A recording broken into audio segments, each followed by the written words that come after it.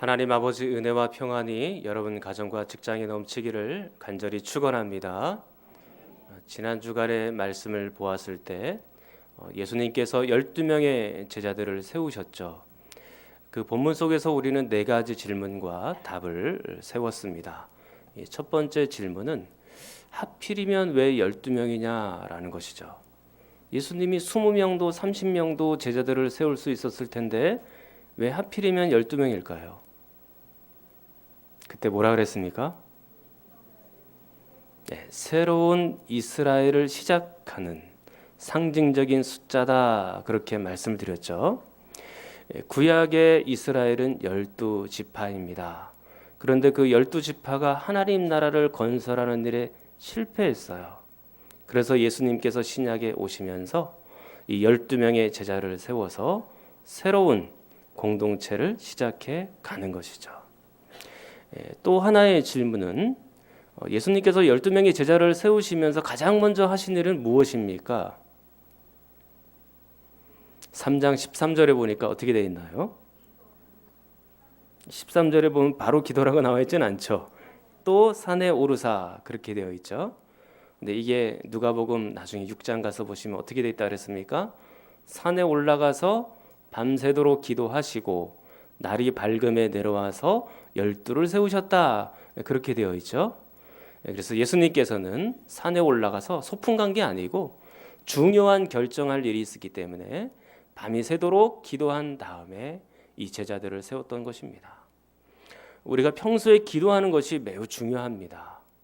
평소에 기도해야 중요한 일을 만나고 또 위기의 순간을 만났을 때 하나님 앞에 기도할 수 있게 되는 거예요. 평소에 기도하는 게 중요합니다. 세 번째 질문은 예수님께서 어떤 사람들을 부르셨냐라는 것입니다. 제자의 조건이죠. 13절에 나타나 있습니다. 자, 13절을 한번 읽겠습니다. 시작.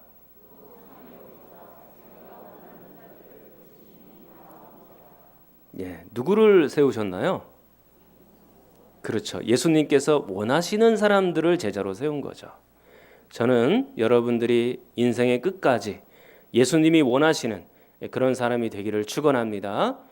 우리는 매 순간 매순간을 예수님이 원하시는 사람으로 서 있어야 돼요.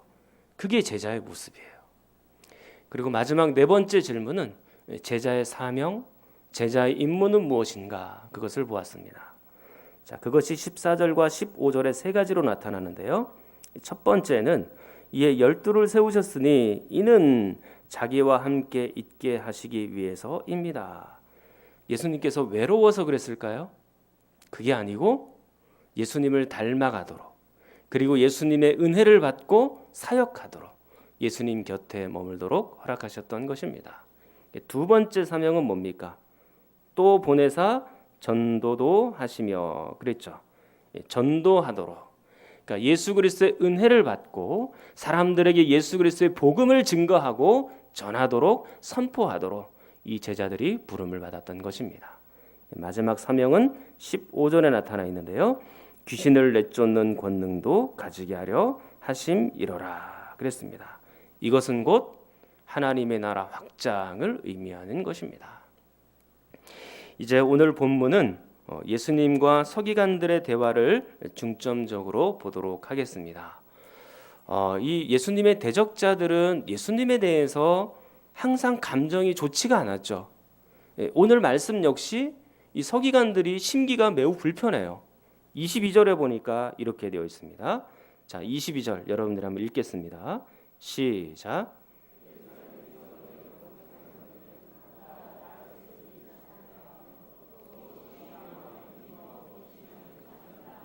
그렇죠. 서기관들은 지금 이 두 가지를 가지고 예수님을 음해하고 있는 겁니다. 첫 번째는 뭡니까? 바알세불이 짚혔다라는 것이죠. 한마디로 쉽게 얘기하면 귀신 들렸다, 그 얘기입니다. 이 바알세불이라는 것은 에글론이라는 지방이 있는데요. 그 지방의 잡신의 이름입니다. 그러니까 우상이죠. 참신이 아니고 그냥 우상인데 그 우상의 이름을 바알세불로 불렸어요.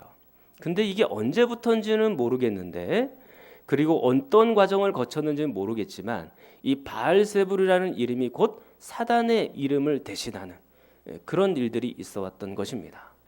그러므로 이 바알세불은 사단, 귀신 이렇게도 말씀드릴 수 있으니까 지금 예수님께서 사단이 들렸다, 귀신이 들렸다 그렇게 지금 의미하고 있는 겁니다. 두 번째 의미는 무엇인가요? 22절 하반절에 보니까 귀신의 왕을 힘입어 귀신을 쫓아낸다라는 의미이죠. 이 두 가지 내용을 가지고 예수님을 의미했던 것입니다. 사랑하는 성도 여러분, 교회 안에서는 음해하고 비난하는 일이 없어야 되겠습니다. 여러분들이 말하는 것을 항상 조심하셔야 됩니다. 우리 교회에서는 그런 일들이 거의 없지만 이게 있는 사실을 가지고도 사람들에게 나쁜 소문을 퍼뜨리는 것은 질이 별로 좋지 않은 거예요. 더군다나 없는 사실을 가공하고 왜곡하고 덧붙이고 만들어서 음해하고 퍼뜨리는 것은 훨씬 더 질이 안 좋은 것이죠. 여러분들은 이런 비난과 음해를 멈춰야 합니다. 왜 그럴까요? 여러분들이 똑같이 당하기 때문에 그런 것입니다. 심은 대로 거두는 거예요. 지금 여러분들이 다른 사람의 욕을 막 하잖아요. 그러면 다른 곳에서는 여러분들을 욕을 하고 있다는 사실을 기억해야 됩니다. 이 말하는 사람들은 천연덕스럽게 말하지만 이걸 비난을 듣고 소문이 돌아서 내 귀에 들릴 때는 그 받은 사람은 진짜 생사가 오락가락 하는 거거든요.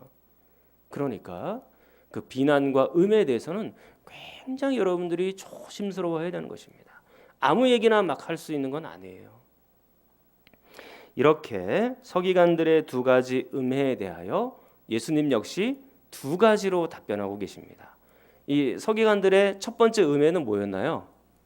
바알세불이 짚였다, 귀신 들렸다라는 음해잖아요. 여기에 대한 답변은 지금 28절, 29절에 나타나 있습니다. 자, 28절, 29절 여러분이 한번 읽겠습니다. 시작.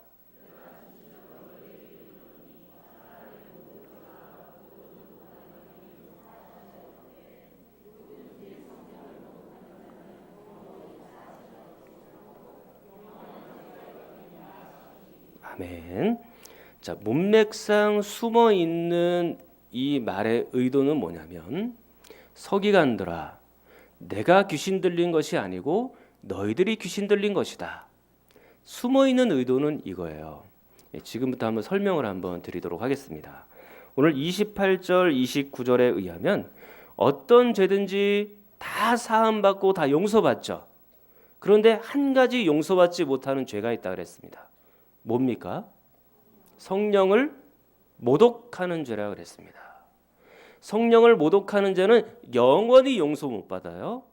그리고 성령을 모독하는 죄는 곧 천국까지 못 한다는 얘기예요. 구원받지 못한다는 얘기입니다. 이게 얼마나 무시무시한 얘기예요. 그러면 성령을 모독하는 죄는 뭘까요, 도대체? 이게 해석이 어렵기는 하지만 간단하게 정리하여 여러분들에게 말씀드리면 끝까지 회개하지 않는 자, 끝까지 회개하지 않는 자, 그 자가 바로 성령을 모독하는 사람입니다. 오늘 이 서기관들처럼 말이죠. 서기관들 마음에는 이미 사단이 들어가 있고 귀신이 들어가 있어요. 그 증거를 어떻게 알 수 있습니까? 3장 6절 지난번에 보니까 바리새인들이 나가서 헤롯 왕과 함께 어떻게 하면 예수님을 죽일까 의논하고 있죠. 이게 바로 사단적인 생각이고 사단적인 의논이에요. 그리고 마침내 예수 그리스도를 십자가에 못 박을 때 이 서기관들과 바리새인들은 결정적인 공언을 했죠. 사단이 들어가지 않고는 이 일들을 할 수가 없는 겁니다. 이미 그들에게 사단이 들어가 있다고 볼 수 있죠. 그러고서도 그들이 회개했습니까? 회개하지 않았어요. 예수님이 십자가에 죽으신 뒤 지금 2000년이나 더 지났지만 지금 그들이 회개했다는 말은 전혀 들어보지 못했습니다.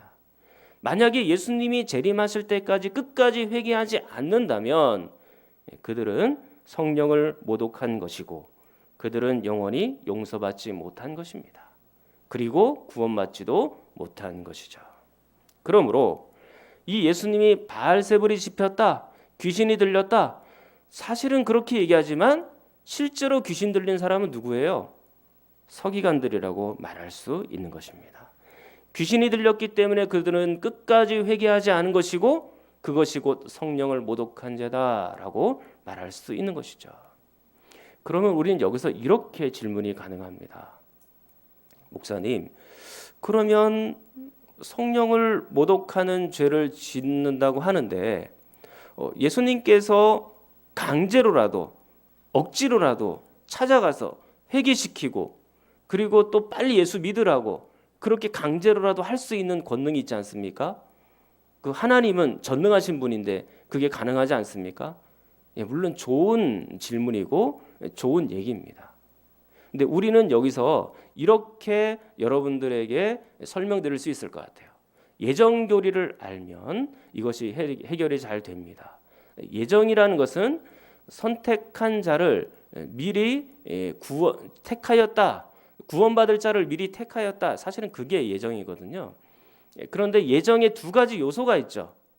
뭐와 뭡니까? 선택과 유기라는 것이죠. 선택은 구원받은 자를 미리 선택하셨다라는 것이고 유기라는 것은 뭐예요? 버려둠이잖아요. 그러니까 원래 그 사람들은 멸망받도록 지옥 가도록 그냥 버려둔 것이죠. 유기된 것이죠. 그러므로 지금 이 성령 하나님은 자신이 선택한 분이라면 끝까지 추적하여 강제로라도 회개시키시지만 그러나 유기된 사람들, 버려둔 사람들은 그냥 지옥으로 가도록 남겨두시고 그들에게 회개를 시킬 의무가 없으시다라는 것입니다. 그렇기 때문에 오늘 이 서기관들은 바로 유기된 자들이라고 말할 수 있겠죠. 그러므로 억지로 하나님이 가셔서 회개시킬 필요가 없는 거예요. 그냥 놔두시는 거예요. 멸망의 길로 가도록. 우리는 이 28절과 29절 때문에 역사상 수많은 성도들이 마음 아파하고 두렵고 떨려 했습니다. 왜냐하면 내가 과거에 예수 믿기 전에 성령님을 대적하고 내가 왜 예수 믿어야 돼? 난 죄 지은 사람이 아니야. 그렇게 한 적이 있었던 사람이 있어요. 그리고 과거에 나도 모르게 성령님에 대하여 모독하는 그런 일들을 한 것은 아닐까 전전긍긍하면서 오늘 이 말씀을 보면서 떨린 사람들이 있었다라는 얘기입니다. 그러나 여러분 안심하십시오. 오늘 여러분들에게 방금 설명드린 것처럼 하나님의 선택을 받은 사람들은 성령 모독죄를 지을 수도 없고 하나님의 선택을 받은 사람들은 끝까지 회개하지 못하는 일이 일어나지도 않습니다. 하나님이 선택한 사람들은 끝까지 추적하여 회개시키는 거예요.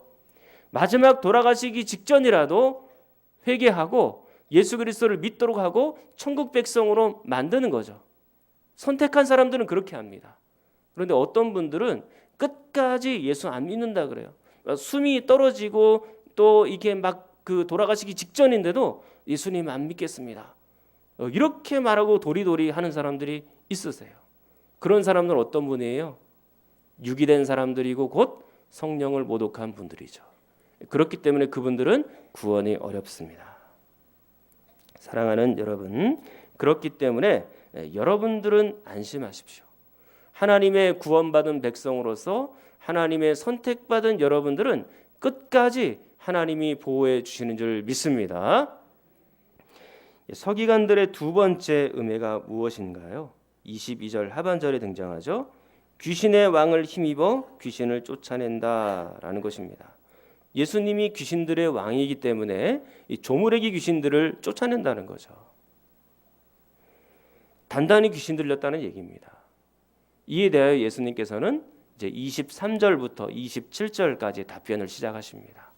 자, 23절 보겠습니다.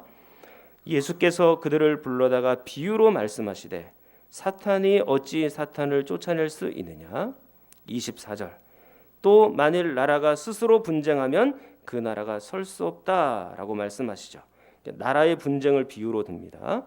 그리고 25절. 만일 집이 스스로 분쟁하면 그 집이 설 수 없다. 집의 분쟁을 비유로 얘기를 들죠.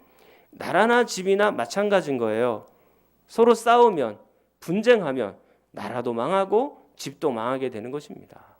우리가 잘 아는 것처럼 역사상 이 나라가 멸망할 때 외세 침입도 굉장히 중요한 요소지만 더 중요한 건 뭐예요? 내부 안에서 권력 다툼이 일어나고 자기들끼리 싸우고 그래서 망하는 나라들이 꽤 많지 않습니까? 그런 것처럼 사탄의 나라 역시 자기들끼리 싸우면 나라가 망하게 되는데 어찌 내가 사단의 힘을 그 능력을 힘입어서 귀신을 쫓아낸다 말하냐? 그렇게 이야기하는 거죠. 그래서 결론적으로 26절 이렇게 말씀을 합니다. 자, 26절 한번 읽어보겠습니다. 시작.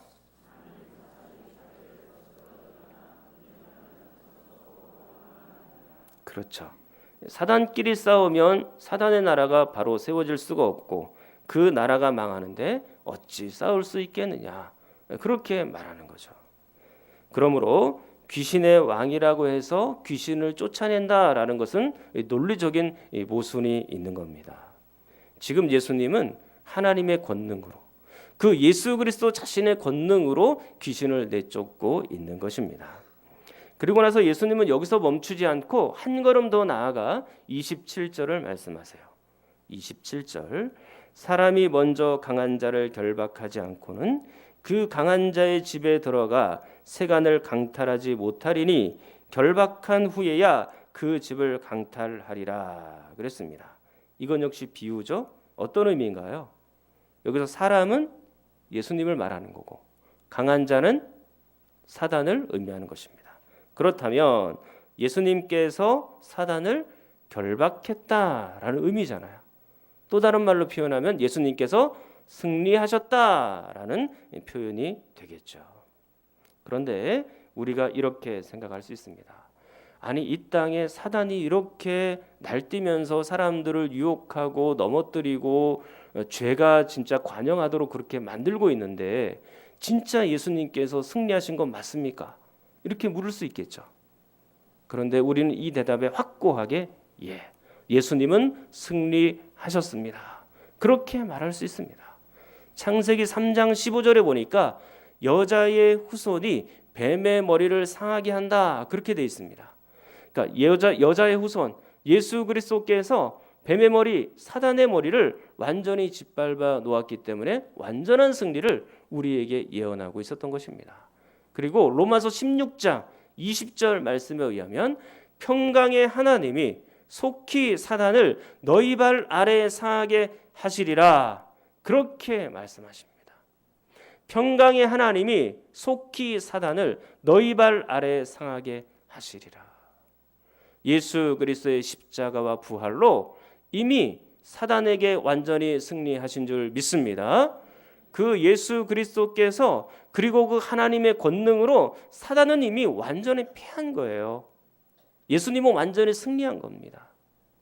그럼에도 불구하고 아직도 사단은 잔존 세력이 남아 있어서 우리를 괴롭히기도 하고 넘어뜨리기도 하고 죄짓게 만들기도 하고 우리를 협박하기도 하죠. 그러나 그 시기는 기한이 있습니다. 언제까지일까요?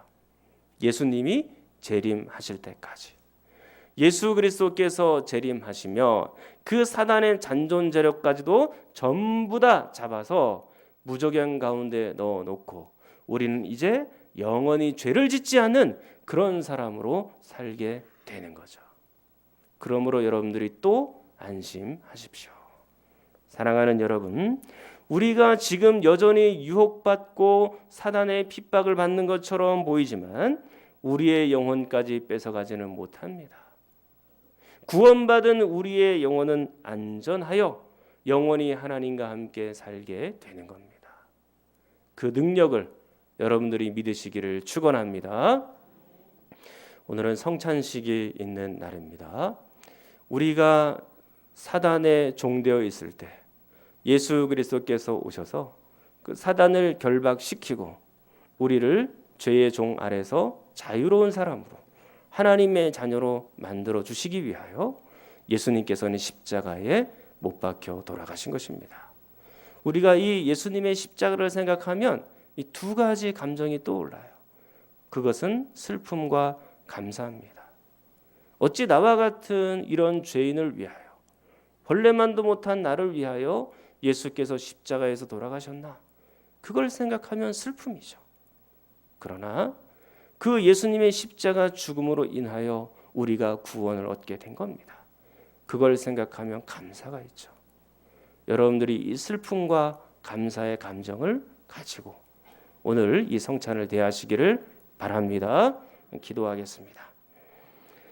하나님 아버지, 예수님의 십자가와 부활로서 사단에게서 결정적 승리를 거두게 하심을 감사합니다. 이 성찬식을 통하여 십자가의 슬픔과 감사를 동시에 알게 하시고 다시는 사단의 종노릇하며 살지 않도록 우리를 도와 주시옵소서. 예수 그리스도의 이름으로 기도하옵나이다. 아멘.